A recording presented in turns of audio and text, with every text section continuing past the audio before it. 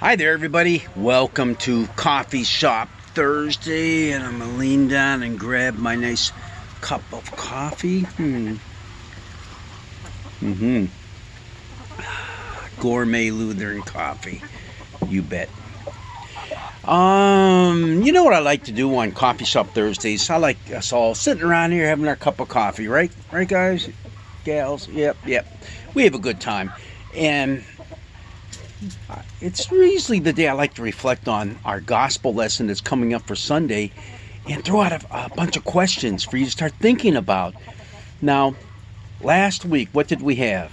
Yeah, you remember that. Jesus calming the storm. He was in the boat. They were going to get swamped, and he calms the winds and the waves and all that kind of stuff because they were crossing from west to east over into Gentile territory. Well, our lesson this week starts with him coming back across the sea, and he's back into Jewish territory. But he performed a great miracle on the other side. Anybody know what that miracle was? Yeah. Remember it had something to do with pigs? Yep, that's it. There was a crazy man, a man who was filled with demons, and Jesus cast those demons into the pigs, and what did they do? Yep, right over a cliff, into the water, drowned. And you know what? Jesus kind of had to leave town real fast because that was their livelihood. That was crazy. Why did he do that? Well, the whole point of the story is Jesus and his power over the demons. And, there's a whole lot more that goes on in that story, but let's just leave it at that for now because now he comes back across, and we're going to have this week a sandwich story.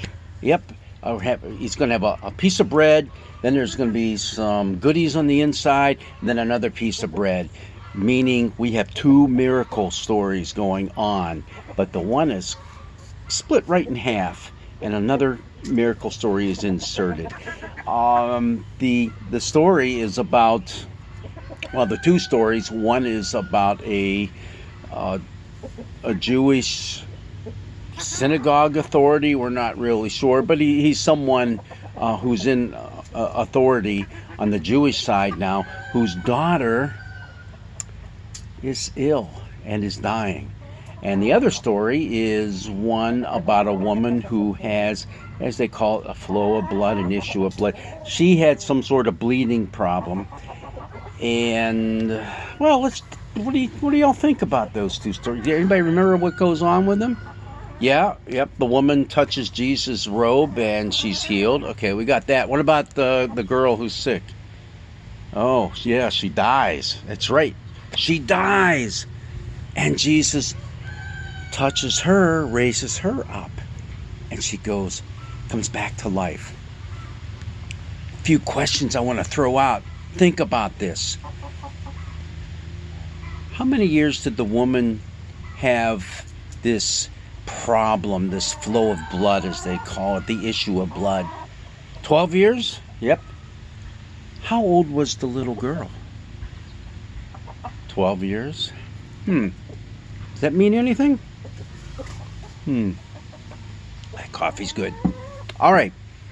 12.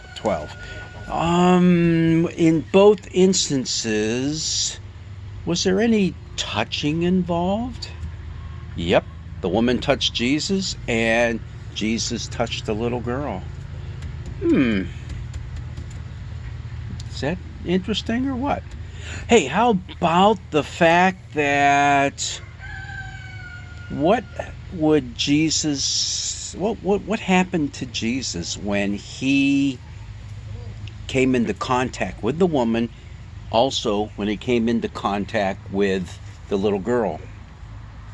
That's right, he became ritually impure, unclean. He should have been isolating himself from others. He shouldn't have been allowed into the temple or the synagogue, all that kind of stuff.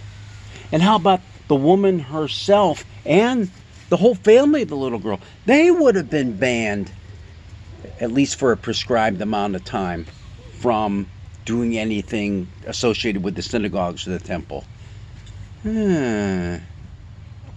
Jesus, the clean person,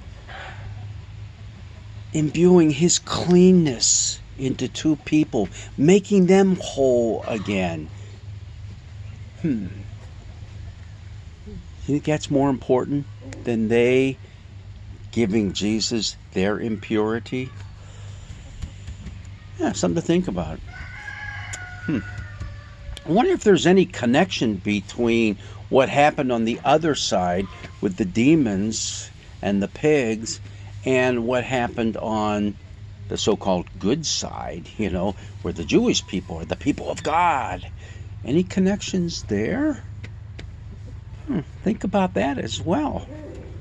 See, these stories all happen one after the other, and they're put together by the gospel writer Mark for a very, very good reason.